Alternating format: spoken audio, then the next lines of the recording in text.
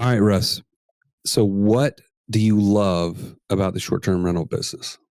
What do I love about the short-term rental business? I love the fact that I get to influence the outcome because I truly own a business and I can use my social platforms and my networks and connections to market it.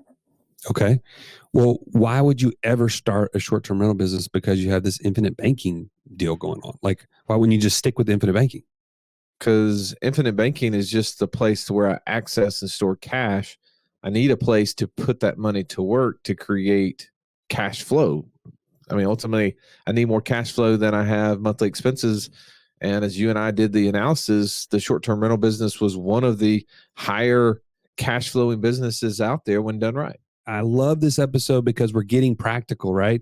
The infinite banking process lends itself to building cash flows, not just sitting in the cul-de-sac of your infinite banking policy and just hoping to get rich, right? You got to produce something. And that's what we did today in this episode. We talked about how to put those two things together. Now, what do you think is the worst thing about the short-term rental business?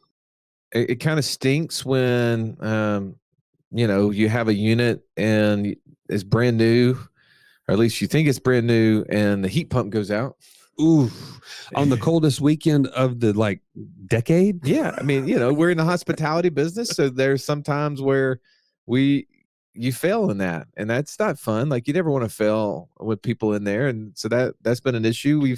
We've also been dealing with the COVID cancellations from time to time. People who are trying to get into the city that maybe because of their state locking down, or maybe because of the ice storm that came across recently, there was people that we had a 30-something day booking that had to cancel because they couldn't get here. Yeah. Well, or like JD's story, you might want to listen in on that. It gets a little exciting when people show up with what do you say? The googly smoke. Googly smoke. Giggly smoke. Giggly smoke. So anyway, if you are on this path to financial freedom, you've got your policy in place, it's time to belly up as we talk about how to leverage it into short-term rentals.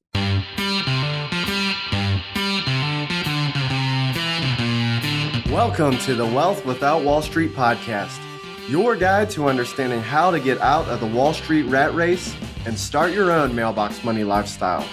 Now, don't let these handsome Southern draws fool you. These financial minds are teaching our country to enhance savings, increase cash flow, and create passive income, all without the help of Wall Street. Are you ready to break through? Now here are your hosts, Russ Morgan and Joey Murray. Welcome into the IBC Roundtable, where each week we go deep into your favorite subject, the infinite banking concept. I am one of your hosts today, Russ, the idea guy Morgan, sitting around the table with the best coaches in the nation on this concept. To my right, I got the Italian stallion, Mr. Joey Murray. What's up, Joey? Hey. Happy to be here. Are you talking cash value and short-term rentals today? I'm all about it. You know anything about either? A little bit. Yeah, you better know a lot, man. I'm depending on your expertise. I'm bringing the heat today. Wake Up in Birmingham, big time. This part of the episode is brought to you by wakeupinbirmingham.com. Nothing like a selfish plug, and every moment I can get it. The anti-destination destination. When you don't need to be in Birmingham, but you have to be, no place to stay like Wake Up in Birmingham. All right, to the right, I got the man, the legend, the Indiana Jones of finance, downtown Ernie Brown. What's up, Ernie? How are you, man? Russ, I am doing chipper. You doing chipper? I am chipper. Like the chipper chicken? No, like Chipper Jones, man. Ah, okay. Dude, bring it. Like, come on, Kate. Next week, we're going to have to get a little chipper, like walk-up music for the startup. Heck yeah. Let's do that thing. All right, let's get across the table. Let's see the man between two bamboos, the guy whose shirt and backdrop always match. He is the resident pilot, the Gooch, Mark Cargucci. What's up, Mark? Not much, guys. Excited to hear more about STRs and how properly structured cash value whole life insurance can help. Well, I know that you're going to add a lot to that conversation because you went and like we did and went through a lot of training to learn how to do that. And so I'm excited to hear your feedback. But last but not least, the guy who always has something in his hand, something in his mind, and the $1 million smile, Mr. JD Hill. What's up, JD? Hey, how's everybody doing? You should have said I always have food that I'm eating, because that would have been a lot more accurate. And I'm really excited about this because I just had an incident in my short-term rental with some folks that were hitting the giggly smoke. And that's right. That's right. They had something in their mind too, huh? They were hitting the giggly smoke, and so we had to figure out a solution on how to handle that situation. So I'm excited to talk about this. Not the giggly smoke. I'm just excited to talk about short-term rentals and The giggly smoke. I knew California was coming to Texas, man, but I didn't know it got there that quick. That's right. That's right. Yeah, Joey just finished up his own puffing over here. Man. Sorry for any back music we have. So let's talk about this. Today's discussion is really more of a case study kind of talk, right? I think when we're talking to you, a lot of times the question is, how do I use the cash value? And, every time we can give an analogy or a case study to tie it to something maybe you're looking into, I think it makes it a little more clear. So Joey, as we're talking about short-term rental and cash value, what is your initial thoughts that we need to bring to the table here? Well, first thing, I'm excited we're talking about this because on this show, we talk sometimes too much in the weeds about what the policy itself is all about in infinite banking. And we know, but sometimes, again, we lose sight of it, that the use of that policy is what creates financial freedom. The policy itself is not the end. It's the means to an end. And short-term rentals may be a path or a course that you need to be looking into to take action towards financial freedom. Now, today's not going to be exhaustive. It's not meant to be like a training course per se on how to do short-term rentals, but how, when we partner these two things together, peanut butter and jelly, we can get there faster. So I'm excited that we're taking an application on the course side of things. Well, Ernie, I think also we're gonna take kind of an example of one versus another through this. We're gonna talk about Derek and Hansel. Is that what you came up with? That was not me. I'm more of the Van Halen brothers, but yeah, I do like Derek and Hansel. Yeah. Okay. So what's your take on this? How is this episode going to break down, and what do you feel like is going to be important to get across today? Well, the goal is let's acquire short-term rentals. So I guess we'll take Derek and we'll have him using an insurance policy and using cash through the infinite banking concept. And I guess we'll take Hansel and show him just using his bank accounts, and we'll see how that plays out. All right. Mark, let's before we get to googly smoke over here, give me your feedback, right? So you have been in, study the short-term rental business quite well, and you obviously are coaching in the IBC world. How do you see these two things starting to play out in people's lives? Well, as one feeds the other, and then it just feeds itself again. So, depending on how you start through it, right? If you opted to start with cash, and maybe you did that, and now you're hearing about this, and you're going, wow, I've got all this cash flow. What am I going to do with my cash flow? Well, there's opportunities to recircle it back into your system and then have that push forward. Conversely, if you opted to start with the IBC model, right? You started saving in a safe place, you recognize that, and you were looking for your opportunity, right? You were moving to the next phase, and now you've targeted STRs. Well, let's see how that plays out for you. Because remember, it's not how you drive, it's how you arrive. Write that down. There you go. All right, JD, let's you want to start us off with your STR there? You got a STR. How'd you get it started? How's it performing? What can we apply today's discussion toward from your experience? One of my favorite podcast episodes that we did, and something that I talk about in probably every single one of my meetings, is the hierarchy of wealth. And we have the foundation tier 1, but tier 2 is control.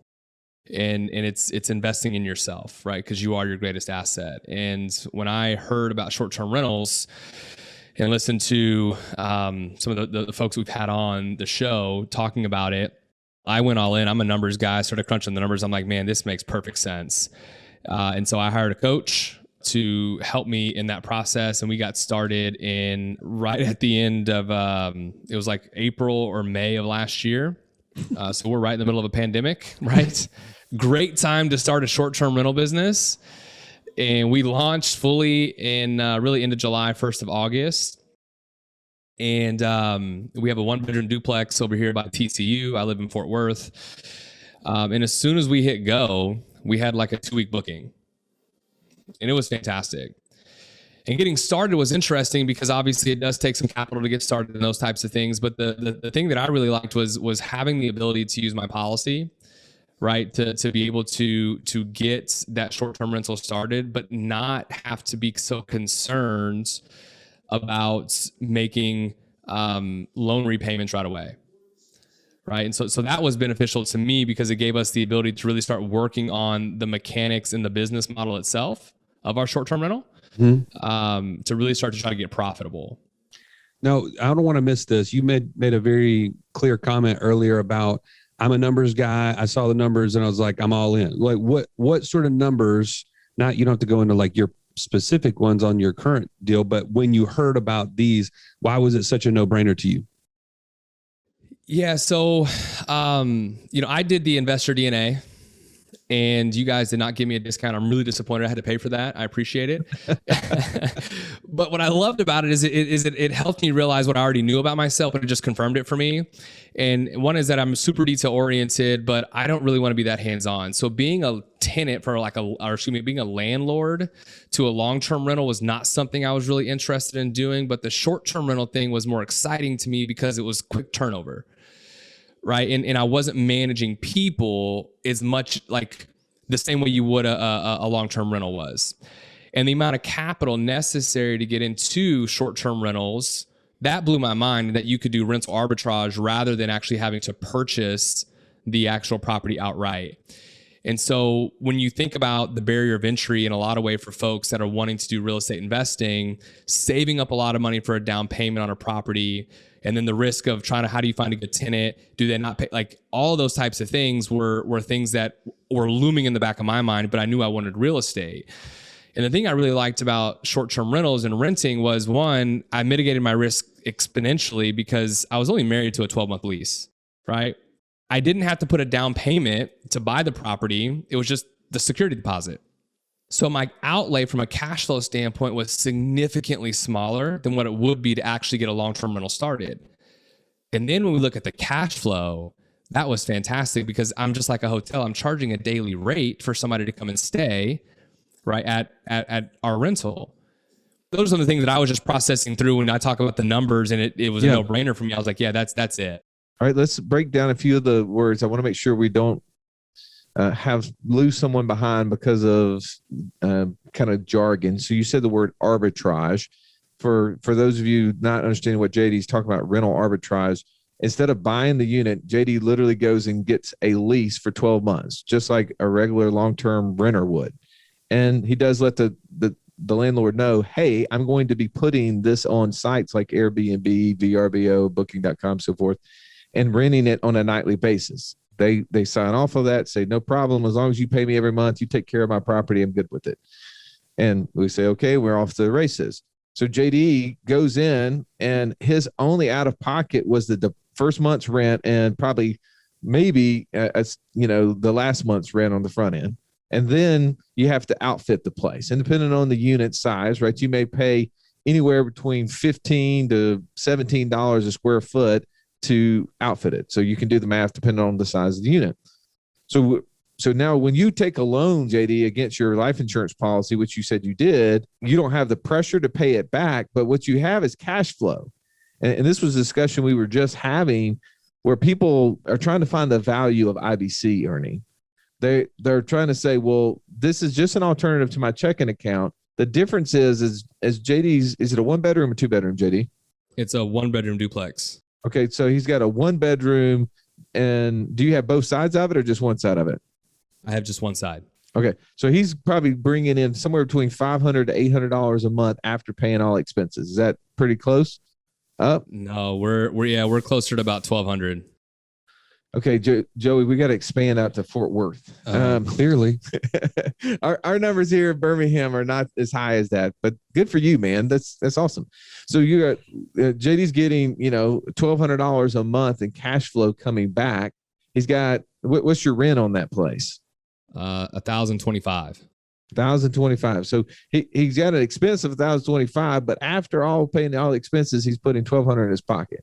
And if it cost him 15 grand, that's probably high, but if it cost him 15 grand to get it all set up, you see that cash is coming back in a hurry. The average person is going to be sticking that into a checking account. And how much would that be earning for him? 0.0. 0.0. So JD's got 15 grand or whatever it is at work inside the insurance policy, still earning its 3 to 5%. And he's reducing his loan balance at a very rapid pace with this $1,200 a month coming in. You starting to see the writing on the wall here, Joey? I'm getting it, man. I'm slow, but I'm getting it. Are you wanting to get some more units in the short-term rental space? I'm absolutely. I'm gonna have to go see you out in Fort Worth, but absolutely. Yeah, we're not expanding Wake Up in Birmingham into Fort Worth, just so we're clear. I got this market on lock. Yeah. It's Wake Up in Fort Worth coming near you. Domain just purchased. No, y'all go ahead and go to honeyparkhomes.com. Okay. I've heard enough about infinite banking. I'm pretty sure it's a fit for me and my family, Russ. How do I get started? Let's take that pretty sure and make it darn sure. Reason you do that is that you get clarity, Joe. You need to get on a 15-minute call with one of our coaches at wealthwithoutwallstreet.com/free call. Then you'll know where you're starting from and where you're headed. And only then can you implement the infinite banking process. All right. So go to wealthwithoutwallstreet.com/free call to get that 15-minute conversation, gain clarity. But now let's jump back into today's episode. Now, hey, listen, it's not all raindrops and roses though, right? I mean, Kish actually in our inner circle here just brought up a great point. What risks are there with short-term rentals? Like Mark, what would you say from having gone through some of the study that you've done and experience? What would you say are those risks? The upfront initial risk that was always in my mind, which I thought was the easiest one to quantify, was JD said it.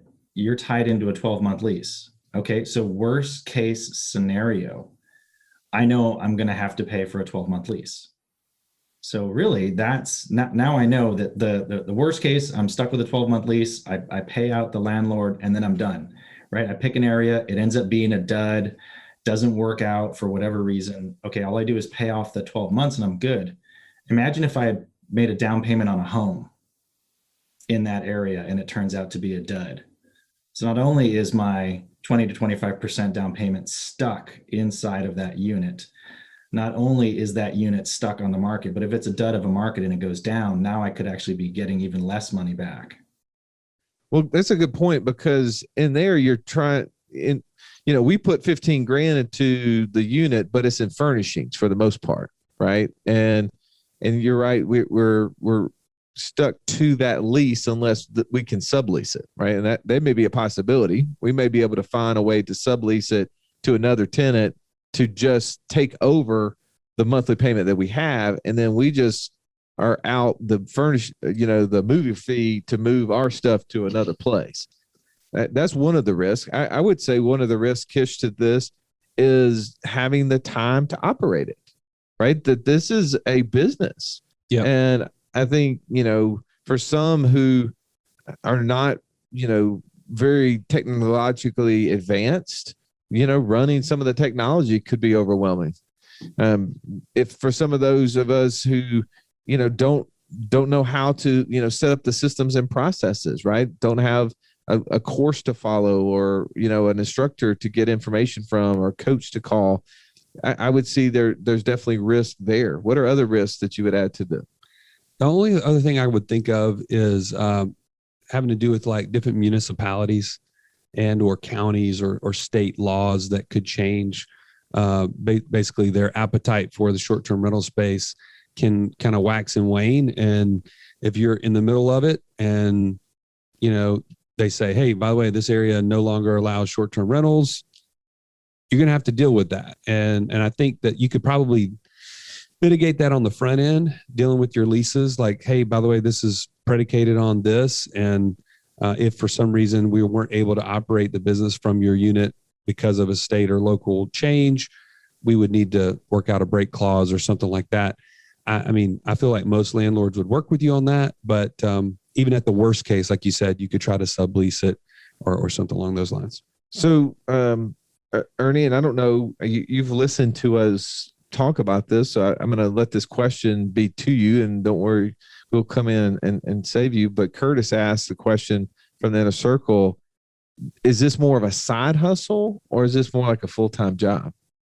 What's your opinion? Because you've been looking at this, whether or not you and Caroline should participate in something like this. What do you think? How do you see it? As we were evaluating it, I'll just step back one step and I'll come back to that question. On the worst case scenario, yeah, you've got that lease, but take it back to the hierarchy of wealth. Number one, this is a business that we have influence over. Our time input can, hopefully, we have some impact over the return. But secondly, we were looking at it. Yeah, if you have to pay a moving fee to get your stuff out of there, well, guess what? There's stuff and you can sell that stuff. Maybe not get back everything that you put in for the cost of the TV and the sofa and the furnishings, but you can get something back. So there's collateral in a sense. So coming back to the question, I can't speak directly to how much time it takes, but just have been in guests in several short-term rentals on vacations. Somebody is there managing chat, right? If you're going to manage this yourself, you've got guests coming and going. You've got to make sure that you've got the cleaners lined up and schedules all aligned, supplies that are going in. And if you do that all yourself and don't hire somebody to manage those functions for you, yeah, there's definitely time input in that. And I love what you said there, influence, because that is the part that I love about being in a business. And we can influence it, right? Because we can do marketing. We can go in our own social channels and highlight the fact that we have a unit and a place to stay in this town. We can walk around to the neighbors who live in the places and say, hey, by the way, whenever you have family or friends that want to come and visit and you don't want them staying in your house or your apartment, I have a place next door. Here's a card. You can go talk to realtors. You can talk to construction people. You can talk to insurance adjusters and insurance agents who are dealing with people whose houses are being repaired or people are moving in town. And you can say, hey, I have a place to stay. In addition, you have tools like Airbnb and VRBO and Booking.com. That's their business. They make a fee when people do that. Right. Now, what I love about this is that we have cash in insurance policies that are giving us the ability to take action.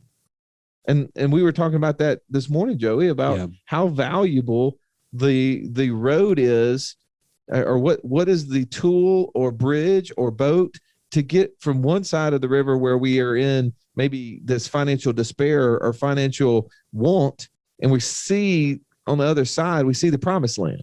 Right. And we see financial freedom, and we see the ability to travel and to impact lives. And we're trying to figure out, how do we get from here to there? Is that through short-term rental? No. In fact, I think that's the misnomer, is that so many people get so fired up about the vehicle of passive income that they miss the fact that access to cash makes those things possible. Right. And that's why infinite banking. So we're talking about the marriage here between short-term rental as a strategy and infinite banking. And we've already talked about one topic there, right? JD mentioned, hey, I don't have this pressure to pay back a loan. I can get the thing up off the ground. And now I've got a huge cash flow to start shoving back into my policy to do it all over again. The second aspect is exactly what you're talking about, having that access to cash. And I would compare that to the average American is doing everything else with their surplus, but giving themselves access. They're putting it into extra debt payments. They're putting it into long-term investment type vehicles like 401ks and IRAs, thinking that that's what's best for them. And so these opportunities like short-term rentals don't even enter their minds. Like, it's not even a possibility because they have no access to cash. And so that's what I would say infinite banking puts you in the position to take advantage of these things to create freedom today. Mark, what sort of like partnerships could somebody engage in to make it not so active on their part? There are a lot of avenues for that. There are companies out there that will basically manage your short-term rental for you. You can look into getting a virtual assistant, right? Once you have your systems in place, someone pings your ad, boom, they're going to get a message. You can have the VA start automating that stuff for you. So there's ways that you can unload yourself. And I kind of wanted to come back to this part, which is we talk about risks, you talk about concerns, you talk about how much work and effort is it going to take. Well, if you don't know what something's all about, is there danger involved? Is there risk involved? I've seen a lot of people on airplanes who are white knuckled during takeoff and landing, and they are just scared beyond all get out. And I'm over there passing out as the airplane's pushing back from the gate. Because for me, I've done the time in education that the risk of flying for me is very small because I have educated myself on those systems and procedures and things that go into it. Same thing like what the guys have done with short-term rentals, right? If you educate yourself on the short-term rental, you can help mitigate your risk for having vacancies. You can help mitigate your risk for having too much work on your plate because you'll know how to offload those systems, what areas to look at based on the customer that you are trying to serve. So again, it all goes back to, like JD said, number 2, control over your time, which involves you as your most valuable asset, and being educated in what the guys are talking about here, which is the bridge to get you to the other side, but also educated in the vehicle that's going to help fund a lot of those things along the way. So JD, talk about your experience and what do you see going forward? Like how, like obviously you run a business, you have, I don't know, 100 kids. It seems like every time you turn your video on, there's at least 2 crawling over your shoulder. So how are you managing to do all the things that you do and still have a short-term rental? Yeah. Getting it started is the most time consuming part, but once it's up and running, it almost self-manages itself. Cause that was the other thing for me is that I like efficiency. I want to be able to put things into a system and let a system manage as much as that as possible so I can be hands off. So I'm naturally drawn more to turnkey style opportunities, right? Because my whole objective, and this is one of the things I love about our message, is to stop trading time for money. And so I'm willing to pay a little extra to get that time back. And so there's technology and all kinds of things out there that can help you automate most of the communication with your tenants or with your guests, which has been super valuable. So when I get an inquiry and a message immediately goes out and lets them know, hey, the home is available during these dates, and so they immediately get a response or whatever it is. Like, so I don't have to manage a lot of that, which is really, really nice. And beyond that, it's maybe a couple things here and there. So it really doesn't take a tremendous amount of time, at least, for what we're doing right now, that would require, me to have to not be able to do what I do, which is this, and to be able to manage that at the same time. Well, I mean, we were on a call just the other day, JD and Ernie, with a guy that manages, how many did John say that they had? 50. And he obviously, just like every app on your phone, it'll tell you how many hours a week you spend on your phone. How many hours a week did he say he spends on Airbnb, Smart B&B? He said it was about 3 hours a week. So that's where all of the inquiries and technology time where he would be there communicating with clients or with guests. And we said, well, have you handed that off to a virtual assistant so that they're managing that for you? What did he say? He said he actually wants to hold on to that function because he uncovers things throughout that process. Even as little time as it is, he'll figure out that, they want to stay longer, or they can't fit this property, but they could fit another property that he's working with. And so he just is like, I feel like those opportunities would be missed if I handed that off. And he said also at the 2 to 3 hours a week that he's spending doing that, he goes, I don't see how I could adequately pay someone. And for the little amount that I pay them, there's no way they would be looking for those opportunities that Joey just mentioned. So, there's different functions of the business. Clearly, we were talking to somebody yesterday who said that when she first started doing this, she was cleaning her own units. Yep. And that obviously becomes an issue, right? I mean, that's a This is a really interesting fact. I didn't know this until yesterday. How long, Ernie, do you think the expectation for a cleaner is in a 1-bedroom, 700 square foot unit? How long would you tell them that they should expect to be there? 30 minutes. That's about what I thought.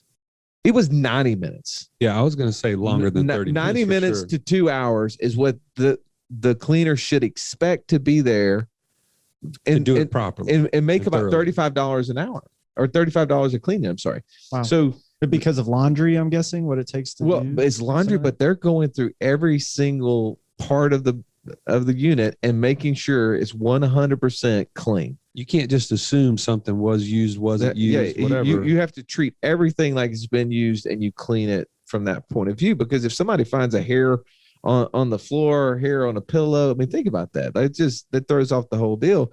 So it's amazing that if you were trying to do that all by yourself, it could be really time consuming. But there's people that, thankfully, this world, people wants to do that. Somebody wants to be a cleaner. Somebody wants to be a virtual assistant to answer, calls at night or whatever it is. All of those things could be handed off. And how do we use IBC to do this? Is literally that if we go through the numbers, Joey, this is what we're about to do inside the inner circle. We'll actually take the case study, but we're going to we talk about what does it take to get into it? Maybe it's 15,000, maybe it's 20,000. Okay. Well, how could we start a policy, take a loan against that policy to get the unit going, and then take the cash flow that came from that to replenish the loan? Which, by the way, let's just not assume something. Why would you tell somebody to put the money in a policy before starting this business? Well, because I know why, but why? When's the best time to plant a tree, Ern? I'm still going with today. Well, that's the best time you have, unless you watch Back to the Future like I did with the kids yesterday, and you could get into DeLorean and go backwards, right? If you had the DeLorean, you could go backwards, and that would have been the best time. Best times today. I'm with you. Come on, McFly. So that's the purpose, right? We're starting a business that's going to have profit, and each and every year, just like all businesses, if they're working properly, are going to get that much more profitable each and every day, each and every month, each and every year. And so why would I start the policy and then take a loan? It's because I want the policy to be as old as it possibly could be. Well, and this is what I want to bring up is you can do short-term rentals with just cash, right? So what's the so what of having infinite banking along with short-term rentals is because you can build two businesses at the very exact same time. You can literally use the same dollar to build two businesses. And that's why we use this vehicle, not because we love life insurance. It's because it's the functionality that allows us to be more efficient and get to financial freedom as fast as possible, not to mention the legacy that we've built on autopilot. Well, I think that's Write the part that gets missed is what will happen after we're no longer here and our brains are no longer operating. Those who are left behind to acquire all these assets, how simple will it be for them? And I think the more we simplify that through systems of getting cash, the better off we are.